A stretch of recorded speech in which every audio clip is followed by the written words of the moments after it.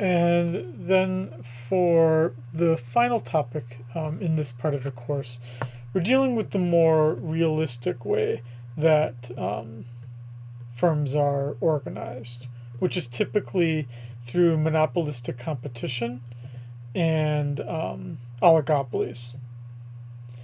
In monopolistic competition, the firms are producing a product, but they're slightly different from one another. And in oligopolies, you've got firms that you don't have as many firms, and they act strategically with one another.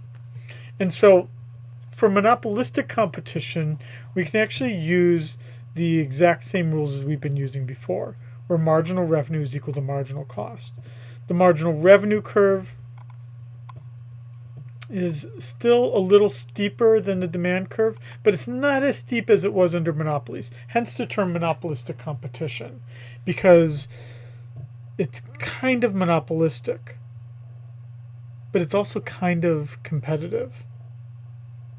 So in reality, when we were looking at those voltage testers, it was actually more monopolistically competitive, because they all in essence do the same thing. They test the voltage of electricity, but they each have like a different brand name.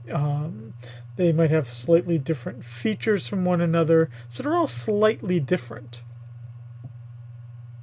thus allowing a firm to still make money selling voltage testers, at least in the short run, because they're also competitive. No one's right for voltage testers. The name brand turns out to be the one I bought, Klein. So I paid like $35 for my voltage tester.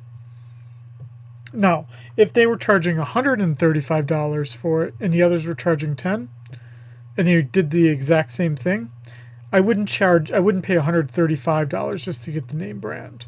I'd just pay the $10. So it's not like Klein has monopolistic power, but they do have a brand name, and that does give them something to be able to charge a slight premium over those other brands.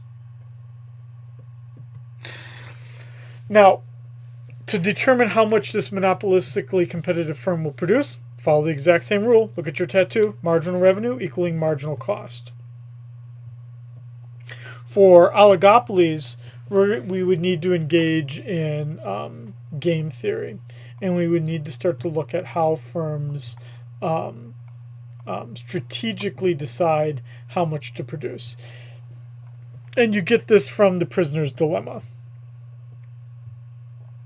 where firms have to decide whether they're going to charge a low price or a high price, and how does that relate to other firms and the prices that they charge.